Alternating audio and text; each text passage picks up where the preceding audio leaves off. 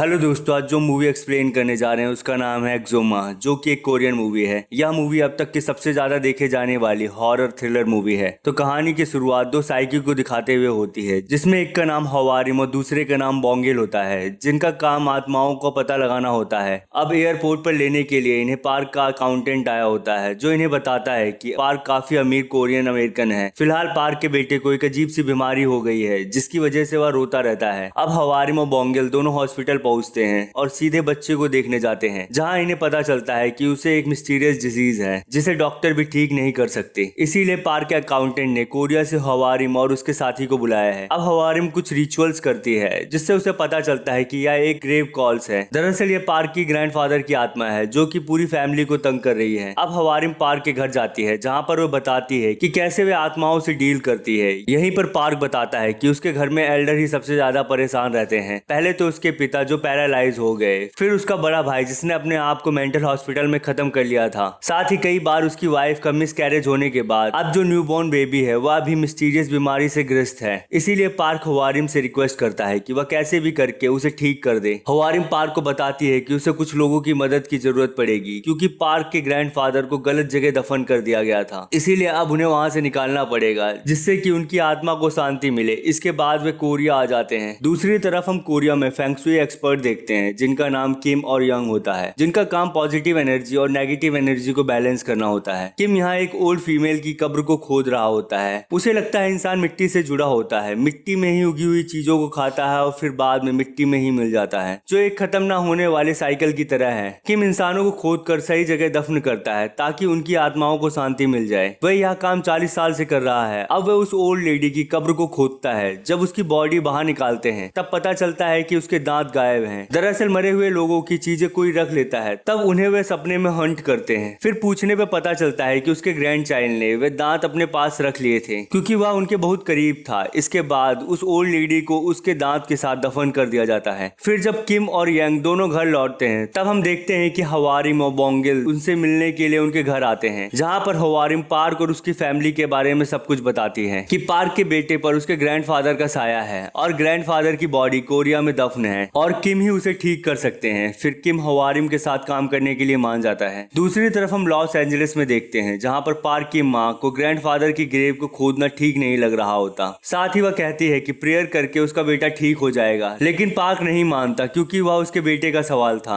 अब पार्क कुछ दिनों बाद कोरिया आ जाता है, जहाँ किम कब्र खोदने से पहले कुछ चीजें पूछता है, लेकिन पार्क कुछ नहीं बताता। ऊपर से कहता है कि जो कुछ भी यहाँ होगा वह कॉन्फिडेंशियल होगा। यह सब किम को अजीब लगता है, क्योंकि वह अपने ग्रैंडफादर की मुक्ति के लिए की जाने वाले काम को सीक्रेट रखना चाहता है, जबकि इसके लिए उसे पेपर वर्क करना होगा, क्योंकि उसे बॉडी को कब्र से निकालकर दूसरे कब्र में डालकर कहीं और शिफ्ट करना होगा। पर किम इसे इग्नोर कर देता है और माउंटेन पर जाने लगता है, जहाँ पर पार्क के ग्रैंडफादर की कब्र होती है। यह कब्र नॉर्थ कोरिया के बॉर्डर पर होती है। यह सब देखकर किम को बहुत अजीब लगता है और वहाँ पर काफी सारे फॉक्स थे, जो कि अच्छा साइन नहीं था। फिर किम उस कब्र को चेक करने लगता है, जहाँ पर कोई नाम नहीं होता, बस कुछ नंबर्स लिखे होते हैं, जिसे देखकर उसे काफी अजीब लगता है, क्योंकि इतने अमीर होने के बावजूद ग्रेव को बिल्कुल मामूली बनाया होता है, वह भी एक सुनसान जगह पर। अब किम पार्क से पूछता है कि इस ग्रेव को किसने बनवाया। तब हमें पार्क के थ्रू पता चलता है कि उसके ग्रैंडफादर ने अपने देश के लिए काफी कुछ किया था, इसीलिए वहाँ के एक मॉन्क के कहने पर उन्हें यहाँ दफनाया गया था। उस समय ग्रेव रॉबरी बहुत ज्यादा हुआ करती, इसीलिए उनके ग्रेव पर कोई नाम नहीं लिखवाया गया। पर किम को लग रहा था कि पार्क कुछ छुपा रहा है, इसीलिए किम इस जॉब के लिए मना करके वहाँ से चले जाता है। रास्ते में हवारिम किम से पूछताछ करती है, तब वह बताता है कि यह जगह प्योर ईवल है। अगर उन्होंने इसे छेड़ने की कोशिश की तो काफी खतरनाक होगा। और तो और यहाँ कब्र होना भी खराब है। साथ ही यहाँ पर बहुत सारे फॉक्स है, जो कि अच्छा साइन नहीं है। अब सब घर आ जाते हैं। रात को किम पार्क के साथ होता है और यहाँ पर किम बताता है कि उसकी एक बेटी है, जिसकी उसे जल्दी ही शादी करनी है। इसी बीच पार्क इमोशनल हो जाता है और बोलता है कि काफी मिसकैरेज के बाद उसकी वाइफ को यह बच्चा हुआ है और वह इसे नहीं खोना चाहता। पार्क किम से रिक्वेस्ट करता है कि वह उसके बच्चे को बचा ले। अगली सुबह किम और बाकी लोग कब्र के पास जाते हैं, जहाँ पर पार्क की बुआ भी आई होती हैं, क्योंकि वह पार्क के ग्रैंडफादर की बेटी थी और उनके बिना यह रिचुअल नहीं हो सकता था। अब हवारिम अपने साथ 5 सुअर की बॉडी लाई थी। साथ ही 5 लोग भी आए होते हैं कब्र को खोदने के लिए। हवारिम 5 सुअरों के साथ रिचुअल करती है, ताकि कब्र खोदने वाले लोगों की जान को खतरा ना हो। यह रिचुअल काफी डरावना लगता है। हवारिम यहाँ पर काफी नाच गाना करती है, साथ ही वह पिग का खून पीती है। बोंगेल भी इंस्ट्रूमेंट बजा रहा होता है। दूसरी तरफ ये 5 लोग कब्र को निकाल लेते हैं। तभी वहाँ पर एक अजीब सा स्नैक निकलता है जिसका सर इंसानों की तरह होता है। वहाँ पर खड़ा आदमी उस स्नैक का सर काट देता है, जिसके बाद मरने से पहले वह बहुत तेज औरतों की तरह आवाज निकालता है और बैड ओमन ट्रिगर हो जाता है, जिसके बाद काफी तेज बारिश होने लगती है। इसीलिए सब लोग उस कब्र को गाड़ी में डाल देते हैं। किम का मानना था कि अगर वे पार्क के ग्रैंडफादर की बॉडी को जला देंगे तो उनकी आत्मा पार्क के बच्चों को छोड़ देगी, और बारिश होने की वजह से किम बॉडी को एक वार्ड में शिफ्ट कर देता है ताकि वे बाद में उसे जला सके। इसके बाद किम वहीं के एक टेंपल में जाता है जहाँ पर वह गैसुने के बारे में पूछता है। तब पता चलता है कि वहाँ पर असल में कोई मॉन्क नहीं था। किम को काफी रेड फ्लैग्स दिखते हैं, जैसे कब्र पर नाम ना होना,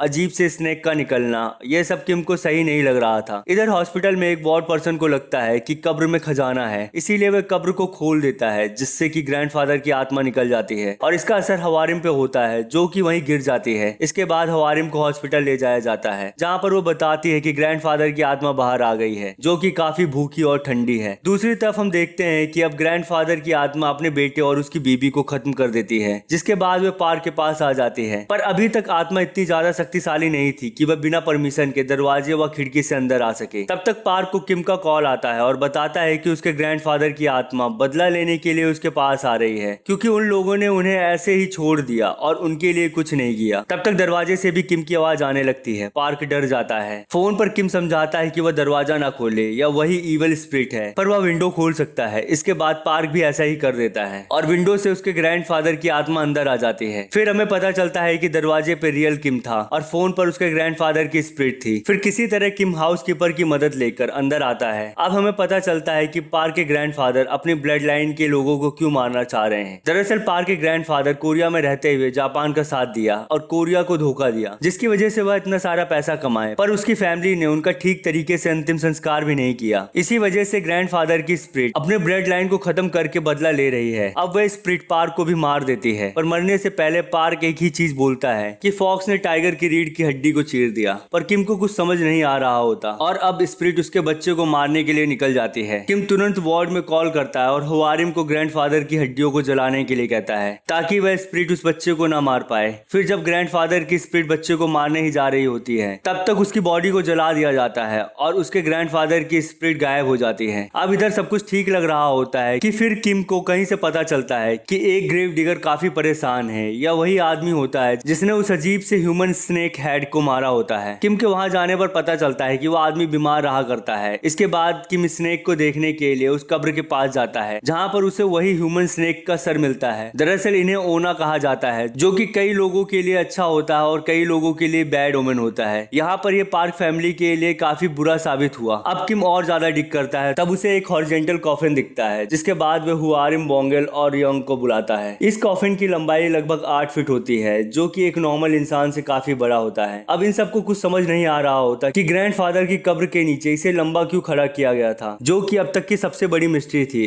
अब इस कफन को वह लोग पास के ही एक टेंपल में रख देते हैं। हुआरिम इसके आसपास रिचुअल कर देती है, ताकि अगर उसमें कोई इवल स्पिरिट हो तो वह बाहर ना आ सके। अब किम पार्क के बुआ से पूछता है कि उसके फादर को यहाँ क्यों बरी किया गया था, जिस पर वो बताती है कि मुझे कुछ भी नहीं पता। तब तक किम बताता है कि उसके फादर ने कोरिया के साथ धोखा किया था और वे जापानीज के साइड हो गए थे, इसीलिए शायद उन्हें सजा देने के लिए यहाँ बरी किया गया। तब पार्क की बुआ बताती है कि असल में गेसुने तो कोरियन था ही नहीं, बल्कि वह एक जापानीज था, तो वह ऐसा क्यों करेगा, वह अपने ही आदमी को ऐसी जगह क्यों बरी करेगा। फिर जब रात को सब सो रहे होते हैं, बोंगेल को एक बुरा सपना आता है। वह किसी तरह मंत्र को चैंट कर उठ जाता है। तब वह देखता है कि ओल्ड मैन अपने रूम में नहीं है। बाहर देखने पर वह देखता है कि 7 फीट लंबा आदमी उस ओल्ड मॉन्क को फाड़ कर खा रहा है। इसके बाद बोंगेल डर जाता है और वह हवारिम को बुलाता है, जो कि अपनी लेट ग्रैंड माँ से गाइडेंस मांग रही थी। जब दोनों उस कॉफिन के पास जाते हैं, तब वे देखते हैं कि उस कॉफिन से कोई बाहर निकल चुका है। यही हवारिम को हेलमेट दिखता है, जो कि उसी समुराई का होता है जो इस कॉफिन से बाहर निकला है। यह जिस तरह का घोस्ट है, यह जापानीज जनरल हुआ करता था। अब देखते ही देखते यह जनरल हुआरिम पर हमला कर देता है, जिसे बचाने के लिए बोंगेल उस जनरल पर स्टैप करता है, पर उसे कुछ नहीं होता। जिसके बाद वो बोंगेल का पेट चीर कर साइड में फेंक देता है। अब वह हवारिम की तरफ आने लगता है। तब तक वहाँ पर किम और यंग आ जाते हैं, पर उस जनरल को देखकर उनकी भी हालत खराब हो जाती है। फिर जैसे ही जनरल हवारिम को मारने वाला होता है, उसी वक्त मुर्गे की चिल्लाने की आवाज आती है, जिसे सुनकर वह भाग जाता है। दरअसल इस गोश्त की पावर सुबह खत्म हो जाती है, इसी वजह से वह वहाँ से एक आग के गोले में चेंज होकर चले जाता है। अब बोंगेल को हॉस्पिटल भेज दिया जाता है। साथ ही किम और योंग उस जनरल पर इन्वेस्टिगेशन करना शुरू कर देते हैं। किम ग्रैंडफादर की ग्रेव पर आकर देखता है तो वह जनरल वापस आ गया था। दरअसल ग्रेवयार्ड पर जो नंबर्स थे वह एक तरह के कोऑर्डिनेट्स थे, जिसे ना चाहते हुए भी उस जनरल को ग्रेवयार्ड पर आना ही होगा, वह भी सुबह होने से पहले। अब किम को यहाँ पता चलता है कि वह ग्रेव रॉबर कोई और नहीं बल्कि एक देशभक्त थे जो कि कोरिया के लिए काम करते थे और वे किसी तरह की चीज की खोज कर रहे थे। जापानीज मिलिट्री को पता चल गया था कि वॉर ज्यादा लंबी नहीं चलने वाली, इसीलिए उन लोगों ने एक रिचुअल परफॉर्म किया, वो भी गिसुने के साथ, जिसमें उन्होंने कोरिया के बॉर्डर्स पर मेटल रॉड्स को जमीन में डाल दिया, जिससे कि जो एनर्जी कोरिया में बहती है वह बिगड़ जाए। इसीलिए साउथ कोरिया और नॉर्थ कोरिया दो पार्ट्स में बढ़ जाते हैं। जो ग्रेव रॉबर थे वह जिस चीज की खोज कर रहे थे वह यही मेटल रॉड है, जिसे ढूंढ ढूंढ कर वह निकाल रहे थे, जिससे कि उनकी कंट्री की एनर्जी सही हो जाए और वॉर रुक जाए, साथ ही कोरिया तरक्की कर पाए। उन्हें सारे रॉड मिल चुके थे, बस एक रॉड नहीं मिली थी जो कि यहाँ दफन थी। इसीलिए गिसुने ने पार्क के ग्रैंडफादर की कब्र यहाँ बनवाई ताकि कोई उसे छू ना सके, अगर कोई ढूंढ भी लेता है तो। इसीलिए वहाँ पर डिमोनिक जनरल भी था जो कि उस मेटल रॉड को कुछ होने नहीं देता। अब किम और हुआरिम फैसला करते हैं कि वे उस मेटल रॉड को ढूंढ कर निकालेंगे, जिसके बाद हुआरिम अपनी सिस्टर को बोंगिल के पास उसे प्रोटेक्ट करने के लिए छोड़कर आधी रात को कब्र के पास जाती है ताकि ये सब जनरल को डिस्ट्रैक्ट करके कब्र से मेटल रॉड निकाल सके। पर काफी कोशिश करने के बाद इन लोगों को कब्र में कोई मेटल रॉड नहीं मिलता। अब हम देखते हैं कि किम को विजन आता है, जिससे पता चलता है कि गेसुन ने वह आखिरी मेटल रॉड को जनरल की बॉडी के अंदर डाला हुआ है। गेसुन ने ये सारी चीजें इसलिए की ताकि कोई भी आखिरी रॉड को आसानी से ना ढूंढ पाए। किम अब जान गया था कि जनरल ही लास्ट रॉड है और ताओइज्म में अपोजिट चीजों को मिलाकर एक दूसरे को खत्म कर देते हैं। इसीलिए किम लकड़ी और ब्लड का यूज करता है जनरल को मारने के लिए, जिसमें वह कामयाब हो जाता है और जनरल की मृत्यु हो जाती है। फिर सारे लोग बेहोश हो जाते हैं। जब किम को होश आता है तब वो अपने आप को अस्पताल में पाता है जहाँ पर सारे लोग बैठे होते हैं। अब बोंगिल भी ठीक हो जाता है और लास्ट में हम किम को उसकी बेटी की शादी में देखते हैं। इसके बाद यह मूवी यहीं पर खत्म हो जाती है।